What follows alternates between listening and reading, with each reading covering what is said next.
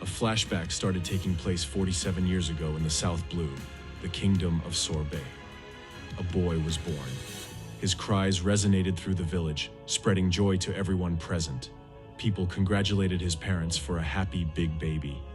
His kind father and mother held his hand and welcomed him to the world. "Hello, Kuma. We are so glad to finally meet you," they said. Kuma's father asked the doctor not to tell anyone about Kuma's blood, and the doctor said that he didn't have to worry. He wouldn't tell anyone. Clap held Kuma and commented, "What a cheerful baby." Soon after, despite Clap's wishes, Kuma's blood information was leaked to the world government. The doctor came running and told Clap, "I'm sorry, Clap. You've got to run. There were government agents in the hospital." He cried, "I'm sorry." This caused them all to be captured and enslaved by the world nobles. Clap begged, "Just take me. I'm the one with buccaneer blood. My wife is normal. Please let her and my son go. I beg you." Kuma's mother told Kuma, "It's okay. It'll all be okay." Kuma was forced to work. An ugly celestial dragon commented on Kuma's strength. "Wow, look at his power, and so young." Kuma's master responded, "This mongrel is a buccaneer." He then started beating him for being slow, and when Kuma cried, he told him if he didn't stop crying, he would kill him. After some time, Clap met him. "Hey Kuma," he said, "how are you holding up?" Kuma replied, "Fine, Daddy. Master's so kind to me. I'm very lucky." Clap then told Kuma, "I have something to tell you. Mommy has passed away and gone to heaven. Isn't that wonderful? She's in a better place now." Kuma had a complete breakdown, but Clap tried to calm him. "But Kuma, you're strong. You can survive this. You must be brave and bear it for me." "But why?" Kuma asked. "Isn't death so much easier?" Clap said, "The warrior of liberation will come and save you. The sun god, Nika. That name has been passed down through buccaneer folklore for generations. Nika will come and take you out to sea, where you will be under the sun and free. Nika always smiles, and the people never fail to laugh when they hear his drum beat." Clap started dancing and singing in the rhythm of Nika's heartbeat to cheer him up, but was then shot and killed for being too loud. Several years later, around 38 years ago, in the West Blue, an ugly celestial dragon announced while others were cheering, "Ladies and gentlemen, thank you for your patience. Remember, this event only takes place once every 3 years. Don't miss your chance to take part. It's the Native Cleansing Festival. The venue chosen this time is this non-government affiliated country. They call it God Valley. This blasphemous name was given to the island as it has an abundance of natural resources. The world government has just annexed this land, so it can be the site of our traditional human hunt. The king of God Valley tried to stop them. How selfish can you be? You want to slaughter our citizens for sport? Have you lost your minds? This is our country." But he was killed by someone. The announcer said, "Not so fast, St. Garling. No head starts. He's already struck down the king of the natives. Heavy favorite St. Garling will start with negative 10,000 points. It is revealed that the guy who killed the king is St. Figureland Garling of Holy Night, who is supreme commander of Holy Night in the present day." Garling remarks, "The handicap will make for better competition," the announcer said. "In addition to the rabbit natives, we have a selection of problem slaves and criminals to hunt." Saturn was present during the event and was informed, "They've caught the escaped child, sir, the buccaneer boy." The ones who had done so, however, were other slaves who told Kuma, "Trying to run away. How selfish can you get? They put us into groups of 10 for collective punishment, you know. If you got away, the rest of us would have been killed." Suddenly, a figure appeared. "Hey, wait up. So you are the star of this farce? A buccaneer? No wonder," he said. You carry the blood of the giants in you. They were two people, a young Emporio Ivankov and Ginny. Both were slaves. Ginny remarked, "Big bro here is pretty big himself, don't you think?" Ivankov said, "The only thing big about me is my head. Not. Now listen, you morons. Why do you all have hopeless looks glued to your faces? I, for one, want to live. Well, what are you going to do?" Havoc of misery ran deep within the hearts of the natives as the oppressive world nobles coldly elucidated the rules of the native hunting competition. Behold the 13 super rare rabbits, each a coveted prize worth 10,000 points. Furthermore, there are 150 rare rabbits to test your hunting prowess. Achieve one-hit kills for an excellence bonus, and the grand champion shall be rewarded with illustrious prizes. The arrogant Garling couldn't resist boasting. "Watch this, children." A confident girl adorned with a hat declared with certainty, "That trophy will undoubtedly belong to the Manhwa family." A mysterious figure wearing a gas mask chimed in, challenging Garling. "You won't win this one, Garling." The natives found themselves running desperately for their lives, engulfed in terror, yearning for the nightmare to end. "You can't do this. It's unconscionable. Wake me up from this nightmare. Human beings shouldn't treat other humans as toys," they pleaded. Some world nobles attempted to exploit their privilege, seeking an early start, only to be halted with a warning. "Not so fast, boys. Obey the rules." Meanwhile, there are 200 world noble hunters. A chilling announcement rang out. "The hunt will commence in an hour. Run and hide, rabbits." Meanwhile, at the Navy headquarters, Kong urgently reached out to the venerable Monkey D. Garp, who was reluctantly interrupted during his vacation. Garp inquired with a gruff tone, "Why such a remote island?" Kong, burdened with the weight of an ominous secret, responded, "I can't tell you. Please, Garp, just go.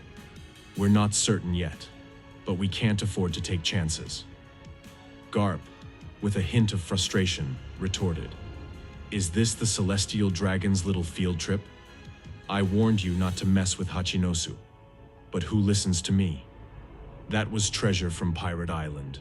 Of course they'll come back to get it." Kong, troubled, questioned, "Who leaked that information?" Garp, a seasoned voice of caution, responded, "Hey, they've got plenty of security, right? Why the fear?" Kong, now concerned about the unexpected involvement of Roger, revealed, "Well, the thing is, we didn't think Roger would get involved." Garp acknowledged the concerning revelation with a gruff response, "Lead with that next time." Without hesitation, he promptly declared his commitment, "I'm going." On the bustling pirate island Hachinosu, voices erupted among the pirate crews. "The Rocks pirates have already left. We gotta catch up. This is a huge deal in the pirating world." Simultaneously, on God Valley, panic ensued as the natives faced the brutality of the competition. In the midst of the chaos, Ivankov took charge, rallying a group with impassioned words. The reality of this atrocity itself will be erased from history. They've concocted this sick murder game to drive off the inhabitants and seize its resources. Would you believe that the 100,000 rabbits who live here will all be dead in just 3 weeks? Is this real life, or is this hell? An old man contemplated. "But if we can survive the next 3 weeks, we'll be free." Ivankov, dismissing such dreams, countered, "Stop dreaming, fool. The total number of survivors of all of these games combined is 0. A voice questioned, "But why would they tell us that, just to give us hope?" Ivankov, with a cynical edge, replied, "Because it's the hope that makes us struggle and run. What's so fun about killing people who fall in abject despair? Don't waste your time dreaming of salvation in this sick game. We have to escape the game itself." In the thick of the competition, Garling emerged as a formidable force, accumulating a staggering 100,000 points by targeting the high-value rabbits. Live footage of the intense contest was broadcasted in the prestigious Holy Land of Mary Joaz. Amidst the turmoil, Ivankov, with the help of a shark fishman, broke free from his chains. "Yes, it's off. Thanks for those mighty jaws, my shark fishman friend," Ivankov acknowledged. The grateful fishman, unused to such gratitude, responded, "Thank you. No one's ever said that to me before." Ginny, revealing the enticing prizes, disclosed, "They've got one of the most powerful devil fruits in existence, allowing the user to transform into a mythical azure dragon. And also the pawpaw fruit, which permits the user to send others and themselves to distant islands. They're both here on God Valley." Ivankov, recognizing the potential escape route, suggested, "If any of us can eat them, the dozens of us here can get past the Navy blockade and escape this hell." The catch: the fruits were inconveniently located at the center of the island. However, Ginny, the resourceful member of the group, shared a secret. "I'm a pro at thieving, tapping, and transmissions. 2 weeks ago, I managed to send a message about the island to the outside. Maybe someone heard it. Anyway, for our plan, we're going to need a decoy." Offering himself as the sacrificial decoy, Kuma bravely declared, "I'm big and hardy, so I can survive longer than others, and I don't want to see anyone die anyway." Ivankov, acknowledging his courage, accepted. "Well said, Kuma. I won't let them kill you. Let's get off God Valley together." The serene atmosphere surrounding God Valley was abruptly shattered as the unsuspecting Navy ships fell victim to sudden and intense attacks. Shocked cries resonated through the air. What was that? The bewildered Marines quickly identified the assailants as none other than the notorious Rox pirates, positioned to the east of the island. However, the unsettling revelation unfolded further as more pirate ships, belonging to infamous crews, appeared on the horizon. Panic and confusion gripped the Marines as they questioned in astonishment, "Why didn't we hear about this? What do they want?" The unexpected and coordinated assault left the Navy scrambling for answers, their strategic advantage compromised by the surprise onslaught. In the midst of the escalating chaos, Rox, the formidable captain, dismissed the Navy's efforts with disdain, declaring, "You waste your time, Navy." With unwavering authority, he commanded his notorious crew, the Rox pirates, to follow him onto the island. The crew comprised legendary figures such as Edward Newgate, Shiki, Buckingham Stussy, Charlotte Linlin, Kaido, Gloriosa, Captain John, and others, each bringing their formidable reputation to the unfolding clash.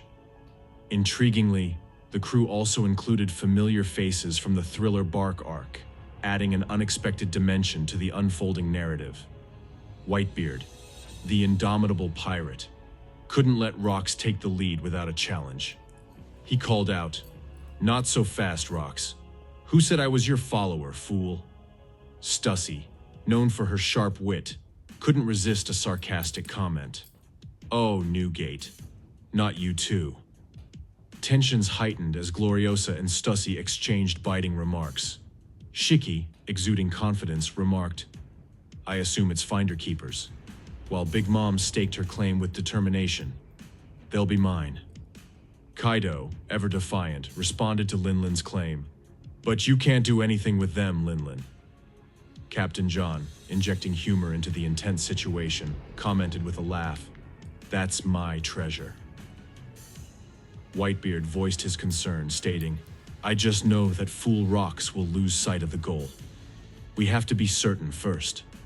His words carried a weight of caution, urging the crew to prioritize clarity before plunging into the impending clash. Shiki, fueled by frustration, responded furiously, "Stop acting like you're the leader here. I'll blow them all up." The fiery retort reflected the mounting tempers within the crew, each member vying for dominance in the unfolding confrontation. Big Mom commented, "Let's just steal what we're after and scram. All these dreamers with their heads in the clouds." Her words hinted at a desire for efficiency and a swift resolution, contrasting with the escalating tensions among the pirates. Kaido, bearing a visage of anger, declared, "I hear Roger's on the move. He's the last man I'll let." However, before he could elaborate, Big Mom intervened with a calm demeanor. "Calm down, kid," Stussy remarked. "Today's the final fight, I assume," capturing the gravity of the impending clash. Captain John responded with determination. "That's the idea. We'll settle it once and for all." Gloriosa added her own resolve, stating, "We'll settle it once and for all." In the midst of this intense exchange, an unfamiliar face in the corner observed the unfolding drama with a mysterious smile, adding an element of intrigue to the already complex dynamics within the Rock's pirates. The convergence of powerful personalities and conflicting motives hinted at a clash that would not only define the fate of God Valley, but reverberate through the annals of pirate history. The news of the Rock's pirates making landfall spread like wildfire, reaching the ears of the celestial dragons. Their entitled voices rose in a cacophony, shouting, "What is the Navy doing? If they lay a single finger on us..." The very idea of any potential threat to the celestial dragons stirred panic and demands for immediate action. The Marines, on the other hand, were caught in the whirlwind of confusion and chaos. An official announcement rang out, revealing the convergence of pirate crews from all corners. The perplexed Marines questioned, "How did it get out? This was too secret." The clandestine nature of the operation had been compromised, leaving the Navy scrambling for answers. The purpose of the pirate crew's sudden convergence remained unclear, casting a shadow over the unfolding events on God Valley. The Marine warning echoed, "Watch out on the western shore," signaling a heightened state of alertness as the impending clash between the powerful pirate factions and the Navy unfolded. As Roger and his crew made their dramatic entrance, an air of tension enveloped the scene. Rayleigh commented with a sense of anticipation, "This is going to be a wild one." Roger poured out his yearning, stating, "It's been a whole year. Do you have any idea how I've felt all this time?" Scopper Gaban asserted, "No special privilege for the captain here, Roger." Meanwhile, Garling, tasked with defending the world nobles, barked orders, "Pull back the sailors and have them guard the celestial dragons. The Holy Knights will handle this." A mysterious, reaper-like figure disdainfully remarked, "Pathetic. What was the point of the blockade?" A bewildered native, caught in the crossfire, queried, "What's happening?" Marines exclaimed, "It's Roger and Rox. This one might be too much for us." Suddenly, a monumental explosion of hockey emanated from a distance. "Help has arrived," jubilant Marines shouted. "It's Vice Admiral Garp. Wow, we're saved." Garp, renowned as Garp the Fist, along with Bogard, his right-hand man, and his soldiers, descended upon the battlefield, tipping the scales and escalating the conflict. Garp, with determination etched on his face, demanded, "Tell me where to find Roger."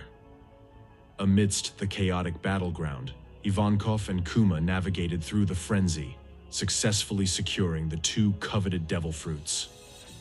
In the midst of the tumult, they marveled at their fortune, with Ivankov expressing, "It's absolute chaos. I can't believe our luck." With a sense of urgency, Kuma questioned, "This is it?" Ivankov, determined to seize the opportunity, affirmed, "It sure is. I don't know which is what, but let's eat them." However, their quest for newfound power faced an unexpected obstacle. Before Ivankov could consume the fish fruit model, Azure Dragon, Charlotte Linlin intervened, slamming him into a wall and seizing the prized fruit. Undeterred, Linlin sought to claim the paw fruit as well. In a strategic move, Ivankov instructed Kuma, "Eat it, Kuma. Don't think. Eat the fruit and save yourself. We just need one survivor. And then, we've won." Responding to Ivankov's directive, Kuma hastily consumed the paw fruit. However, their moment of triumph was short-lived as an unexpected adversary, J. Garcia Saturn, launched a sudden attack on Kuma. Saturn confronted Kuma with a tone of grim determination. He solemnly declared, "The Buccaneer boy, your only options are slavery and death. History itself chose them for you." Kuma, grappling with the weight of his choices, questioned Saturn, "Are you important, mister?" He expressed a profound belief, stating, "It doesn't make sense that you're born important, and there's no reason for someone to be born a slave." Defying the predetermined roles society had thrust upon him, Kuma boldly proclaimed his aspirations, saying, "If I've got some kind of power, then I want to be like Nika and save as many of these unfortunate people as I possibly can." In this moment of turmoil and conflict, Kuma showcased a resolve to break free from the chains of fate and use his newfound strength for a nobler cause, echoing the sentiments of liberation and salvation. With an intense and furious gaze, Saturn reinforced his ominous declaration, stating, "Which is why you people will vanish for good." As Kuma faced Saturn, a surge of hockey exploded on the island. "Wait, Rocks," Roger exclaimed. But Rocks, consumed by his own ambitions, dismissed him. "Out of my way, Roger." Following these tumultuous events, the God Valley incident would fade into the shadows of history.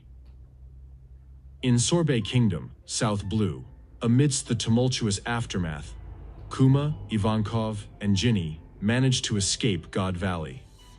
Ivankov, cynical about the power dynamics, remarked, "The only news story is the legend of Garp's heroics. They won't print anything else. Just what the powerful want."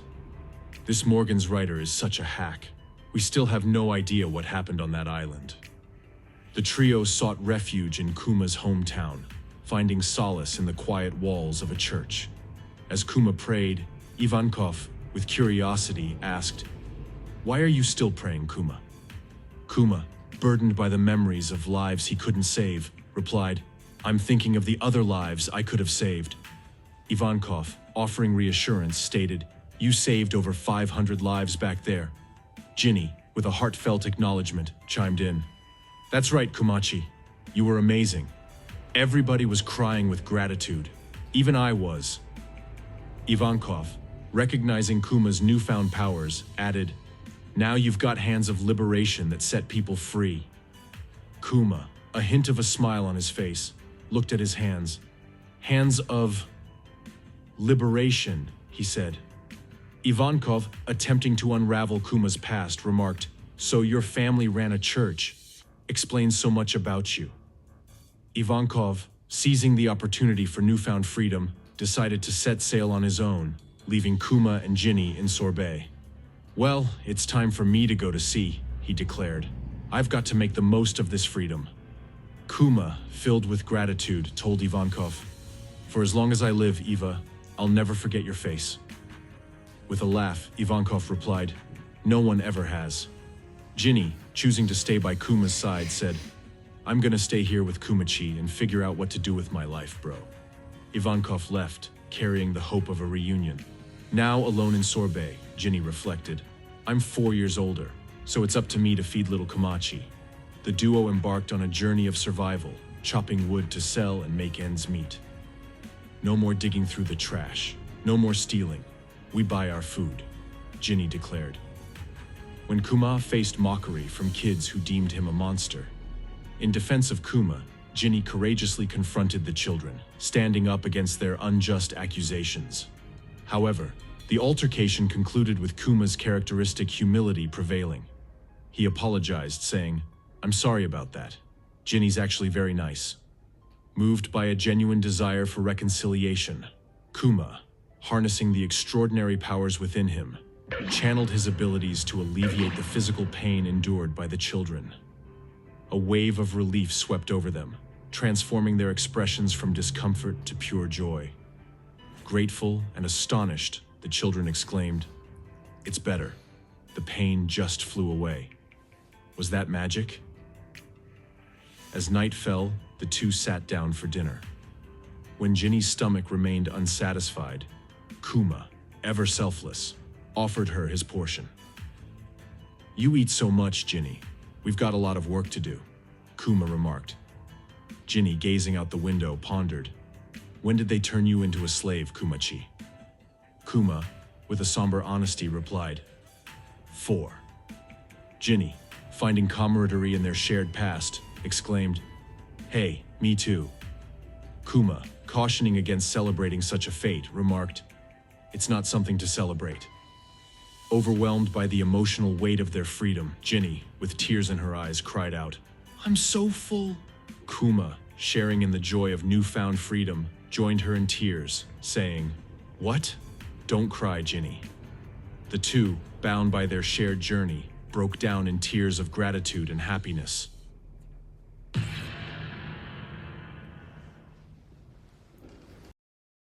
Eight years have passed after the God Valley incident, and Kuma is still in the kingdom of Sorbet.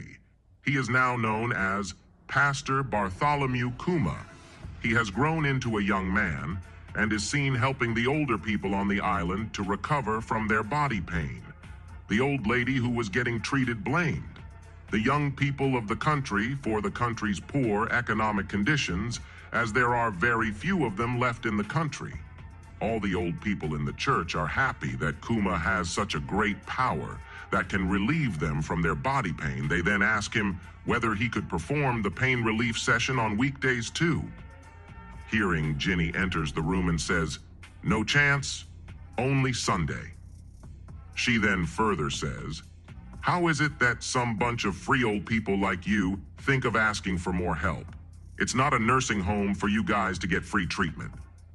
Hearing this, the old man says, "If you weren't such a cutie, I would have told you to wash your face. I even heard that there is no end to people knocking your door every day just to be in relationship with you." Ginny then asks them to not change the subject. But the old ladies just kept on praising Kuma for his calm face and kind heart, which made Ginny angry. One of the ladies present amongst them tells them that as much as they would love to make a donation to the church and help Kuma, the reality is that we have been struggling just to pay the celestial tribute. And I am sure you might have heard about our new king. They say King Bakori is a cold-hearted man and will do anything to pay the celestial tribute. He doesn't even consider the situation of old people like us who are very sick to pay the money. They further say that if we fail to pay the tribute, he will lock us up in jail, you know.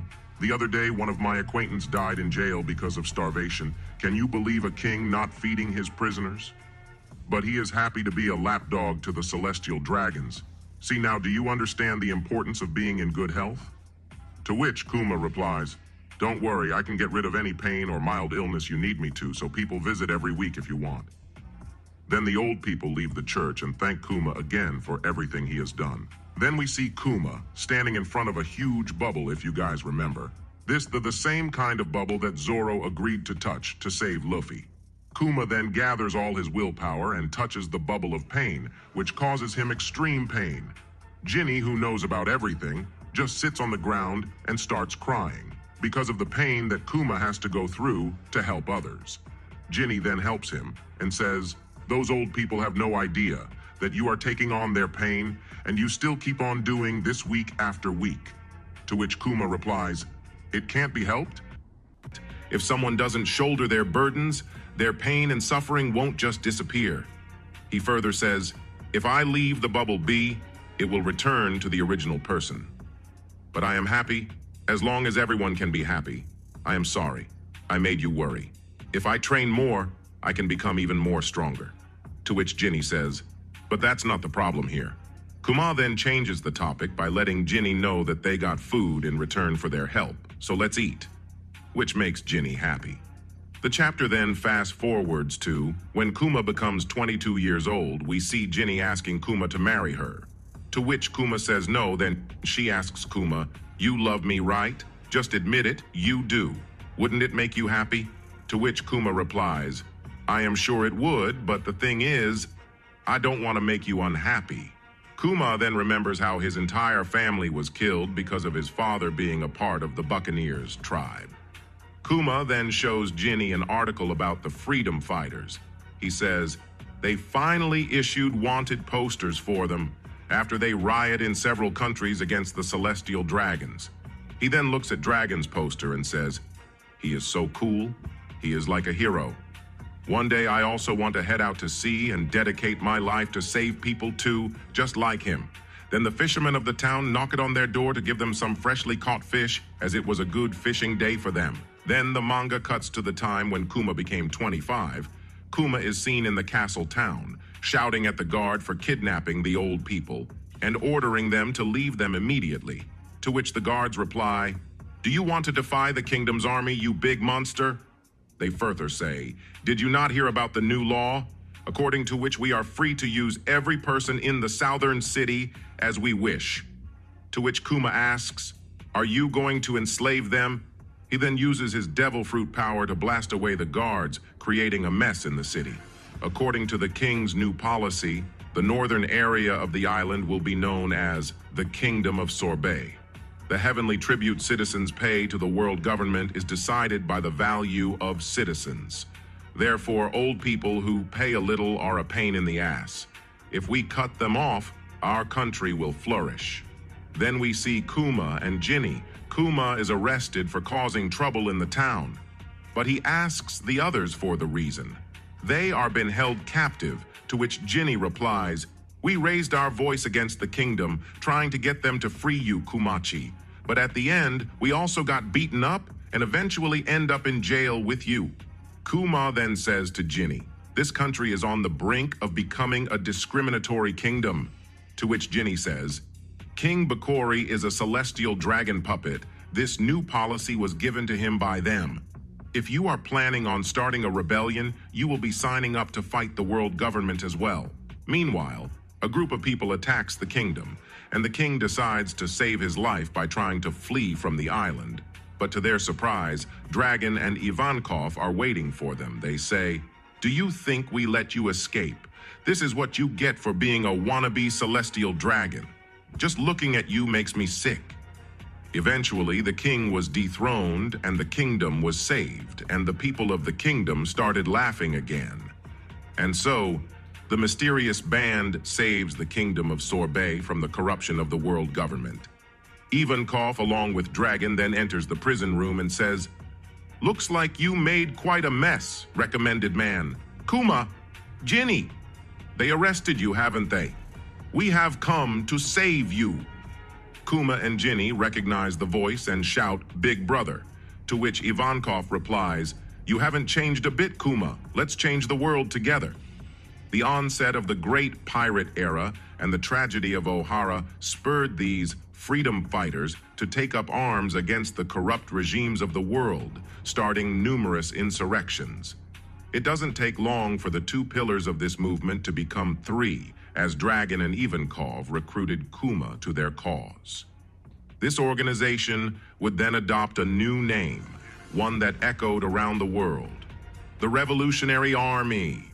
Dragon then says, "We are still lacking funds, for now we must act like mercenaries, supporting those who already have a will to topple their monarchs, fueling their rebellion spirits. All our recruits get weapons training drilled into them. I want us to grow into a boundless army spread throughout the world." Kuma then asks Dragon about his weapons training, to which Dragon replies, "I was with the Navy before. Unfortunately, I found no justice there." Ivankov says, "Marine or revolutionary, he is a man determined to help others." Kuma then pledges his loyalty to Dragon, and I Return Dragon says, "You won't regret this decision." 8 years have passed since Kuma joined the Revolutionary Army, and he then returns to his kingdom. Everyone in the kingdom is happy to see Kuma and are enjoyed to see him again. Then the chapter takes us to a kingdom where Ginny and his troops are resting. One of the officers spots happiness on Ginny's face, to which Ginny says, "Did you see it on my face? Well, it's about tomorrow. We will be meeting up with Komachi's division, right? That's why I am happy." They then discuss how lucky Komachi is, and talk about how everyone idolizes and loves him. Then the chapter ends with the news that Ginny was captured, and it was an unexpected ambush from an unknown enemy. We discover that Ginny has been swept away and forced into marriage with a celestial dragon, a character shrouded in mystery in this chapter. We learn the devastating news that Ginny's comrades in the Revolutionary Army were completely wiped out by an unexpected strike from the world government forces. Following her abduction, the Revolutionary Army's tactics took a darker turn, their attacks growing fiercer and more relentless in their struggle. Then scene shifts to Revolutionary Army, which is on a mission in the Goa Kingdom, where they're seen gathering allies. In the midst of this, Kuma uses his powers to warp to a distant island, where he lends his strength to fellow insurgents. Astonishingly, Kuma turns the tide of conflict there single-handedly, showcasing his formidable abilities. The plot thickens with a jaw-dropping revelation. Jewelry Bonnie, known to us for her own unique powers, is unveiled to be the offspring of Ginny and the celestial dragon she had been coerced into marrying. 2 years following her abduction, a grim turn of events befalls Ginny as she comes down with a fatal illness known as sapphire scale. This condition is exceedingly rare, surpassing even the rarity of amber lead syndrome that once afflicted Trafalgar D. Waterlaw during his childhood. The disease manifests uniquely. Exposure to natural sunlight transforms the patient's skin to a blue hue, petrifying it to a rock-like hardness, which ominously reflects the name Sapphire Scale. Years passed, filled with fear and uncertainty for Ginny's fate. The disease had taken its toll, transforming her physical appearance beyond recognition. Her once vibrant beauty had faded, replaced by the ravages of the illness. News of her condition reached the outside world, stirring a wave of sympathy and concern for the young princess. One day, a glimmer of hope emerged. Whispers circulated that Ginny had been released from her confinement, her identity concealed by the disease's cruel touch. It was said that she had returned to the Sorbet Kingdom, leaving Bonnie in the care of the island's elders, who would continue his education and training. The news of Ginny's release brought a sense of relief and joy to those who cared for her. Though her physical form had been altered, her spirit remained unbroken. She had endured unimaginable hardships, yet her determination to reclaim her life shone brightly. Whatever the truth, Ginny's release marked a turning point in her story. She had survived the ordeal, her spirit unbroken, and now faced the daunting task of rebuilding her life in a world that no longer recognized her.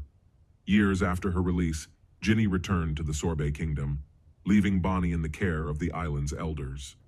She then sought out the Revolutionary Army, contacting them from the church she once shared with Bartholomew Kuma. Despite her longing to see them again, she knew it was time to bid farewell.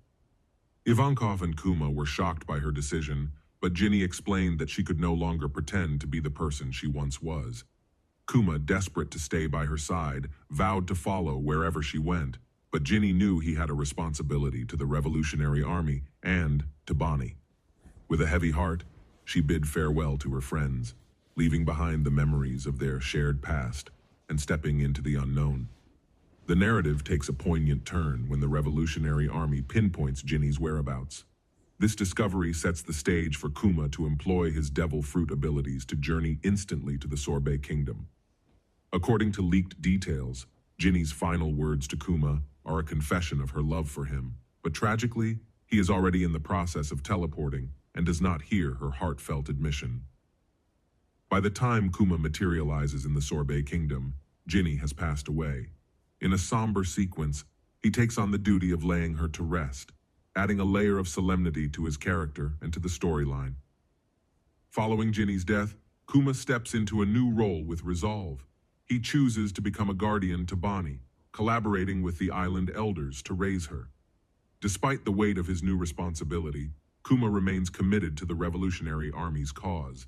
He navigates the demands of guardianship and rebellion, periodically using his devil fruit powers to assist his comrades. Among these glimpses into his life, we see Kuma in the role of mentor, training a young Sabo. This provides a touching glimpse into the interconnected lives of the characters, showing how their paths intertwine and how Kuma influences the next generation of revolutionaries. However, as fate would have it, Bonnie starts to show signs of the sapphire scale disease, compelling Kuma to make a heartfelt decision. He steps away from the Revolutionary Army to devote himself entirely to her care. Dragon, understanding the gravity of the situation, gives his blessing to Kuma's departure and pledges to reach out to all the doctors he knows in search of a cure for Bonnie. In an effort to shield Bonnie from the perilous effects of the sapphire scale disease, Kuma makes the heart-wrenching decision to keep her within the sanctuary of a church, away from the natural light that exacerbates her condition.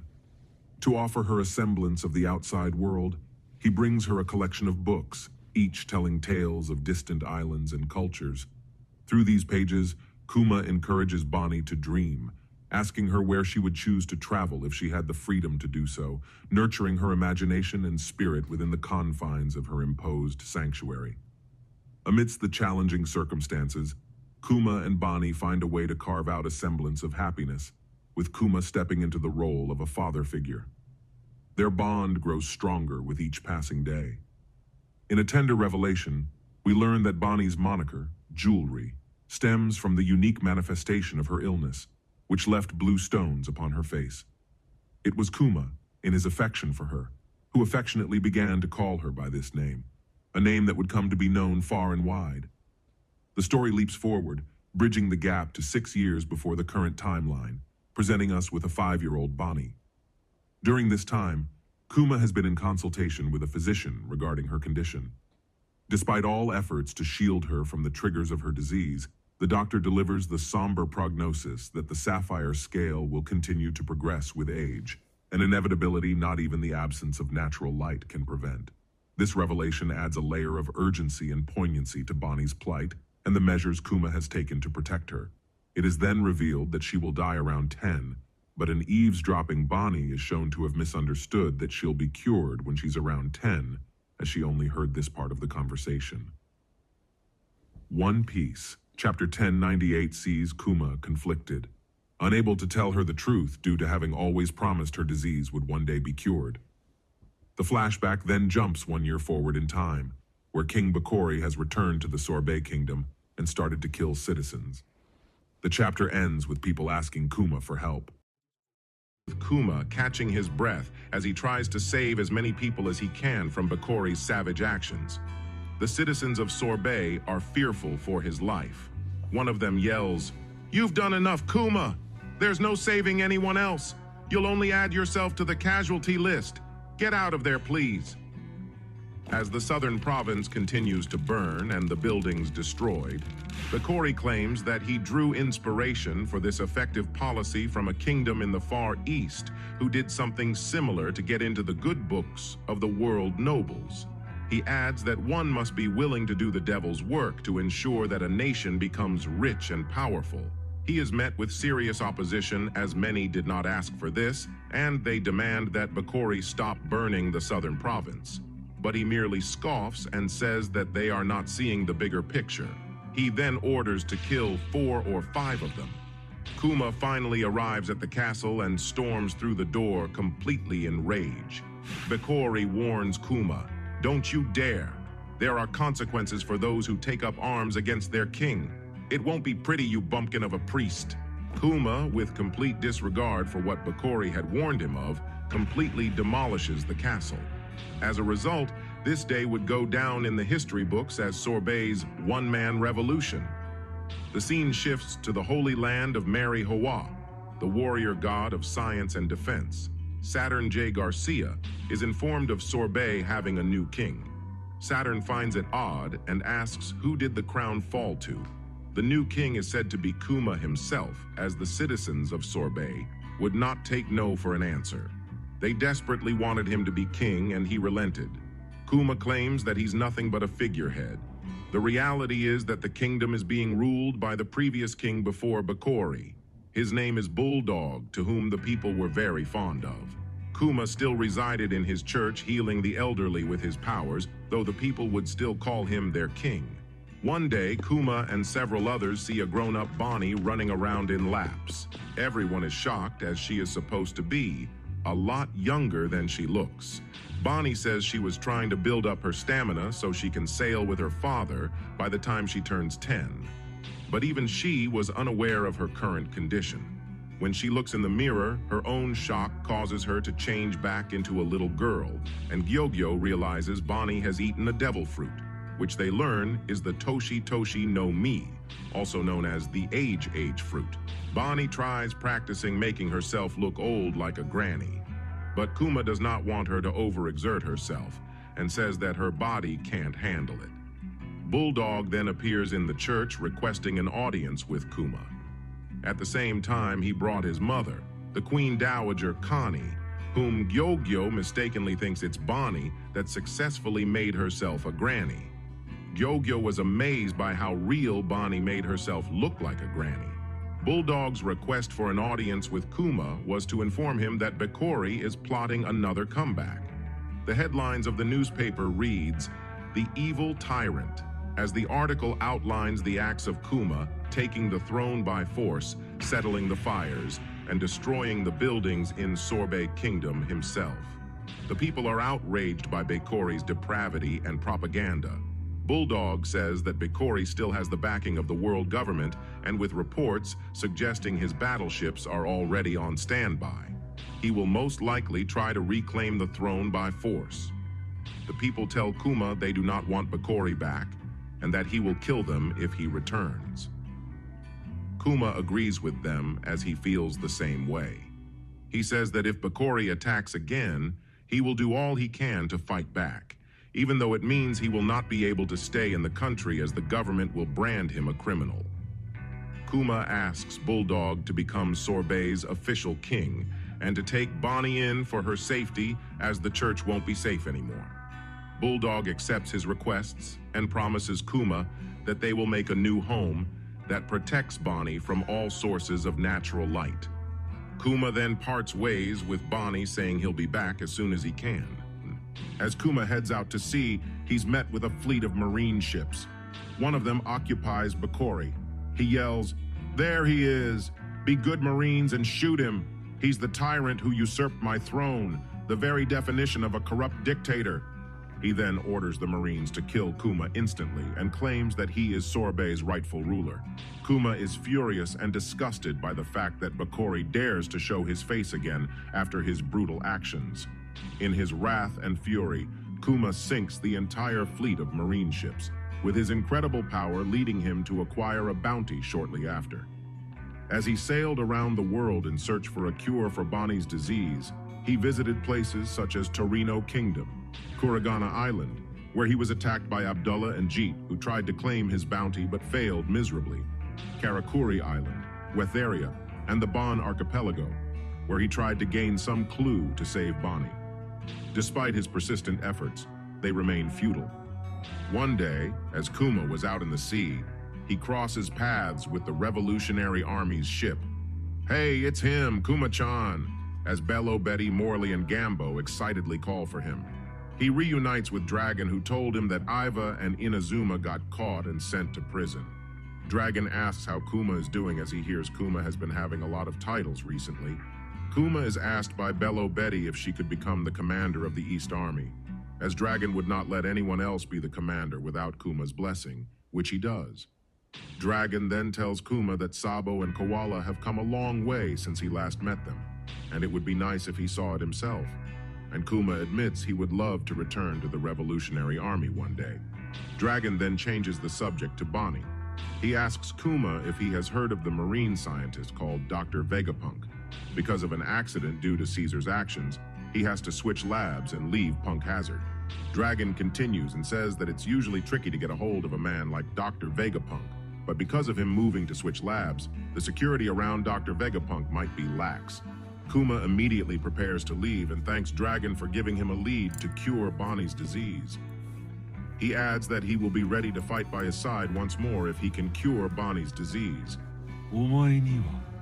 Dragon says, "Go where the winds of fate take you, my friend." Kuma returns home to Sorbet and reunites with Bonnie, who has learned to fight. He picks Bonnie up as the two go to the Marine Science Division, Lab 8, which is the future Egghead Island. Dr. Vegapunk sees Kuma and yells in astonishment, "People really do come in all shapes and sizes, don't they?" Kuma finds it funny as he thought the exact same thing when he saw Dr. Vegapunk. After being amazed at each other's appearances, Dr. Vegapunk tells Kuma that he can cure Bonnie using a technique that has never been used in the medical field until now. The new technique is stem cell transplant. He does a checkup on Kuma and finds out that he is a buccaneer, which prompts him to ask Kuma to be the template for his clone soldiers, as the cost for Bonnie's cure is as high as making a cyborg.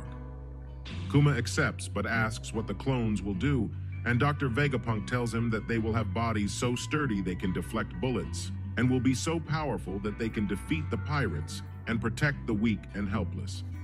Kuma is happy to hear this and agrees to the offer, even though Dragon will not be happy with this arrangement. It did not matter to Kuma as long as Bonnie could be cured and live beyond 10 years old. Dr. Vegapunk calls him a saint, and Kuma corrects him saying he is a pacifist who wants peace, which leads to Dr. Vegapunk eventually calling the soldiers pacifista. The scene shifts to the Holy Land of Manhwa. Saturn says that Dr. Vegapunk is a fool for not making the most of this chance. Saturn believes that the cloned soldiers are meant to be weapons, and that a weapon's worth is defined by how many people it can kill. It no longer matters to Saturn, as he has his own ideas on how he will move forward with the project, and the chapter ends. Kizaru arriving at Egghead Island and inside Dr. Vegapunk's new lab. He tells Dr. Vegapunk that he's here on business as he was dispatched by Saturn. He says, "I'm afraid I'm here on business. Man, it's cold.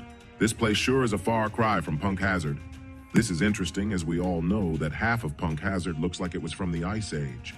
Dr. Vegapunk tells him that this lab will be the future, and his head is overflowing with so many ideas that it's honestly hard to think straight. Kizaru then realizes that was why Vegapunk hadn't noticed the world's government's hidden Den Mushi that was spying on him and eavesdropping on his conversation with Kuma. Kizaru told Vegapunk that he should have been more cautious and checked every corner of the lab when he had moved in. Dr. Vegapunk could only sigh. Kizaru then says, "The government frowns on secret backroom deals with pirates, you know." Vegapunk has no comeback. He admitted, Okay, you got me, Kizaru." Kizaru feels bad and says that he hates it when Vegapunk gets like this, and that he can't do anything about it as he is just doing his job. The scene quickly shifts to the coast of Egghead Island, where a bunch of Marines are including ex-Drake. They are there to ensure that the situation remains under control, though I personally don't think they would be able to control the situation if Kuma decides to go on a rampage. The scene shifts back to the room, this time with Kuma in the room along with Saturn's Den Mushi. Dr. Vegapunk talks with Saturn. Saturn tells Vegapunk that it's irrelevant whether he considers Kuma an ideal candidate. He adds that whether it was his ignorance or that he doesn't care, Kuma is a pirate that has a bounty of 296 million berries.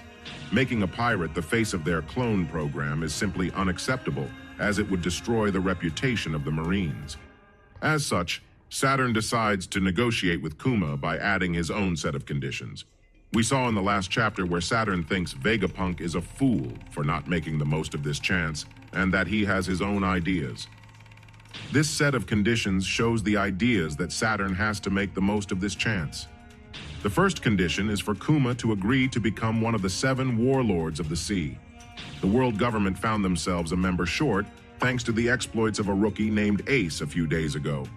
This managed to cause quite a bit of stir in the pirate world. Someone as strong as Kuma would be a natural choice to fill that open position and bring order to the seas. The second condition is for Kuma to undergo procedures to become a human weapon for the Navy. Kuma asks Saturn if he is talking about modifying his body. Saturn confirms this and says, "You already have all the traits required to be an effective warlord. After you receive your enhancements, you will become the paragon of fear for the pirate scum far and wide." Dr. Vegapunk is seen speechless. Kizaru agrees with Saturn and says that the Marines would love to have Kuma on their side. Dr. Vegapunk is angry and tells Kizaru to shut it. Saturn continues. He tells Kuma that he isn't like other pirates and that they are well aware of his history with the Revolutionary Army. If Kuma accepts their offer, the world government must take precautions to ensure he never uses his power against them. This is the foundation of their third and final condition.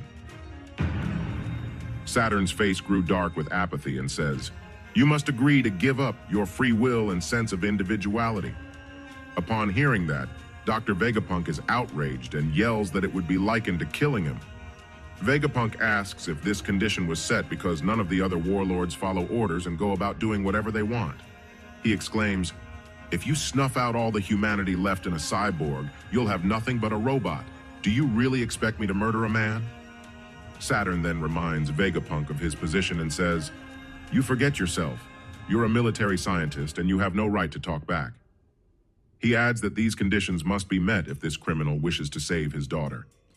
He reminds Kuma that it's a small price to pay considering how expensive and difficult this procedure would be otherwise, and that he has no obligation to help this girl. Kuma puts his hands over his face as he tries to hold back his tears over his fate. Vegapunk continues in protest, saying, "This is murder. It'd be perverse to modify a human like that." He was immediately interrupted by Kuma as he requested for Vegapunk to do it. As Kuma continues to cover his face with his hands, he says, "I've been worrying all this time, thinking it might be impossible to save Bonnie." Dr. Vegapunk was left stunned as he could not believe what he was seeing. Kuma wasn't worried about himself at all. He was crying in tears of joy and gratitude. "I'm so grateful. I'll happily accept any fate so long as Bonnie is cured," he says. Tears began to fall from Vegapunk's eyes as he was touched by Kuma's love for his daughter.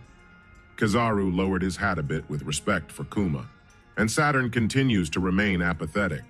The scene quickly shifts elsewhere in the lab where Bonnie is seen running and playing with Sentomaru, being completely unaware of what just transpired. Saturn asks Vegapunk how long it would take to finish Kuma's enhancements and cure Bonnie's disease. Vegapunk replies that it will take a total of 1.5 years before Bonnie's disease is cured. It would take 6 months to deal with the sapphire scales and another year before she can be exposed to natural light. As for Kuma's enhancements, it would take at least 2 years. Kuma was so relieved and says, "Thank goodness. She really will be all better by the time she is 10. Saturn, still being focused on the deal, wanted more insurance. He says, "How can we trust you to remain obedient after she's cured? Your daughter is our only leverage here." Kuma adds that he has no intention of running. Saturn retorts that regardless of whether he intends to run or not, the world government will have to take custody of her once her treatment is completed. She would only be free after Kuma follows through with the erasure of his personality. Seriously, I can't wait for the day that Luffy kicks his ass, and I hope that it comes real soon. Vegapunk is outraged yet again and yells, "But that would mean Kuma won't get to see Bonnie after she's cured." Saturn, being completely unconcerned, affirms what Vegapunk had said. He says that his modifications will commence immediately and that it will be an ongoing process as he performs his duties as a warlord and helps the government to control the seas. He adds that after Bonnie is cured, there will be no further contact between them to ensure they do not escape. Saturn then warns that if there is any hint of defiance from any of them, Saturn guarantees that Bonnie will spend the rest of her life as a slave. Kuma is shocked as his fate just got even worse, but he assures and swears to Saturn that he won't try to see her. "I only have one request," Kuma says. "Don't tell Bonnie the truth. She can't know about her illness or that she is being kept as a hostage." Kuma continues with his request, saying that he does not want her to wake up after her surgery in some lifeless government facility. He requested for her to be taken back to Sorbet, kept in the church where she grew up. He promises Saturn that if he could grant him that one request, he won't seek her out and will obey the world government without question. Saturn contemplates for a moment and says, "Very well." He adds that it makes no difference where she's kept, as long as the government oversees it, and that the next 2 years will be interesting for them. Kuma sees Bonnie and tells her that they will be staying in Egghead Island for the next 6 months. Bonnie is excited that she gets to stay with her father as he lies to her that they need to run some tests on him, as they think he might have come down with something. Just being with her father was enough to make Bonnie happy. Bonnie introduces Sentomaru to Kuma and calls him a weirdo, and Sentomaru was not too fond of that. As Bonnie was out running around and playing earlier, she shared with Kuma that the lab has so many windowless rooms. Vegapunk warns Bonnie to be careful as there are all sorts of dangerous gadgets around the lab. After all the preparations are made, Vegapunk yells, "That's it! I can create the weapon of my dreams now. Someone needs to write everything I'm thinking down. Damn it! The brainwaves won't stop. If only they could eat and use the toilet for me too. I'd never have to stop." Vegapunk was getting annoyed by how short-handed he was, and another eureka moment came to him. "This is going to keep me as busy as a beaver," Vegapunk says. "I wish there were 5 more of me." Of course, this eventually inspired him to create the Vegapunk satellites. As time passed, Kuma received his modifications, and Bonnie received her treatment. During that time, they had gotten close to Dr. Vegapunk, Sentomaru, and Kizaru. They all enjoyed a huge pizza together and were really happy with each other. Shortly after, they had everyone dancing to the drums of liberation, which is the biggest shock of this chapter. 6 months had passed, and after looking at Bonnie's results, Dr. Vegapunk says that she will be completely cured after a year of rehabilitation. Kuma thanked Vegapunk for the success of her surgery. Bonnie thanked Vegapunk and asked if she could visit once she is better, and Vegapunk said, "Of course." Kuma and Bonnie returned to Sorbet Kingdom with everyone excited to see them again after so long. Bonnie proudly says that she will be better in a year and that she will finally be able to go outside. The citizens there were happy to hear the fantastic news, as Bonnie had always said that she would be fit as a fiddle by the time she turned 10. An old lady enters the church and asks, "Does this mean I'll be taking care of you again, Bonnie?" Bonnie was so happy to see her again after so long and yelled, "Granny Connie!" Connie assures Kuma that they would be more than happy to take care of Bonnie. Kuma thanks them and says that he won't be able to stay as he is still a pirate after all, and that it wouldn't be good for the kingdom. He carries Bonnie and tells her that he doesn't think he will be back for at least a year. Bonnie was shocked by how long he will be gone for, but Kuma promises her that he will write a bunch of letters to her. Bonnie says, "Okay, the next I see you, we'll both be able to sail the seas and reach the horizon." Kuma says, "I can't wait." Bonnie continues in excitement, "I want to travel to all sorts of places together." Kuma says, "I'd love to take you," as he thinks that he would have loved that, as it's no longer a possibility. Shortly after, someone enters the church and says, "Please leave the rest to us, Kuma-san." She is none other than Cipher Pole number 8 intelligence agent Alpha. She introduces herself to everyone as Bonnie's nurse. She says, "The doctor ordered me to take care of Bonnie Chan during her recovery. I'll check her temperature daily, make sure she takes her medicine, and monitor for any changes." She approaches Bonnie and says, "My name is Alpha. Nice to meet you, Bonnie Chan." Shortly after, a gate and a checkpoint was created.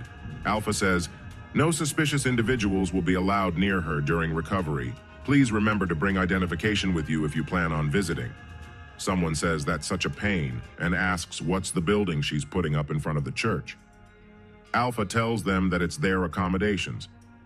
Alpha pulls something out in front of Kuma and reminds him what will happen if he does not honor the deal made with Saturn. Kuma understands and affirms that he isn't coming back. Kuma places his hand on Bonnie's head and thanks her with a smile and says, "I'm so glad you were born." As he walks out of the church, the citizens and Bonnie happily send him off. As the days go by, news of Kuma being one of the 7 warlords begins to spread. The pirates of the world were utterly shocked.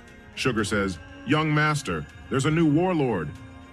Doflamingo sees the news and says, "Kuma, the tyrant? Sounds like another villain has come into play," and laughs. Robin reads the article and asks Crocodile for what he thinks, but he couldn't care less. Instead, he asks Robin if she has taken care of those people who spotted their rain-making ship. Mihawk remains unnerved as he sees the news. Alvida says he looks as big as Whitebeard and asks Kobe who he thinks is stronger. Kobe, being afraid as always, says she is stronger than Kuma. On Moby Dick, the Whitebeard pirates are seen reading the news as well. Ace says, "So they finally found a replacement? That's great news, Jinbei." Jinbei says that considering the circumstances, Ace was the last person he'd expect to say that, especially since Ace rejected the offer to become a warlord.